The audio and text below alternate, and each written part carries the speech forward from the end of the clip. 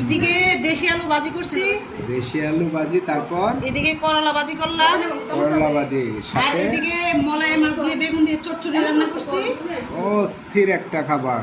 আর এইদিকে দেখো সাথে ছিল সালাদ, ফাইন। তারপরে শসা, লেবু, কাঁচামরিচ সব কিছু দিয়ে একটা সালাদ বানিয়ে নিলাম। আর দিকে পেঁয়াজ আছে আর লেবু আছে।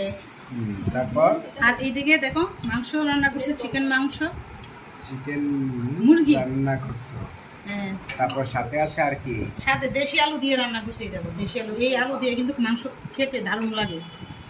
দিছে দেশি আলু। আর এদিকে রান্না করছি মলাই মাছ দিয়ে, টমেটো দিয়ে, জলপাই দিয়ে টক টক রান্না করছি।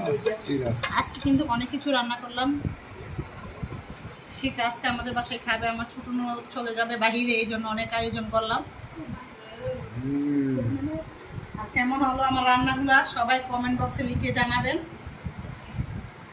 অবশ্যই জানাবে, যত কষ্ট করে রান্না করেছ সবাই জানাবে, সবাই জানাবে কেমন হয়েছে।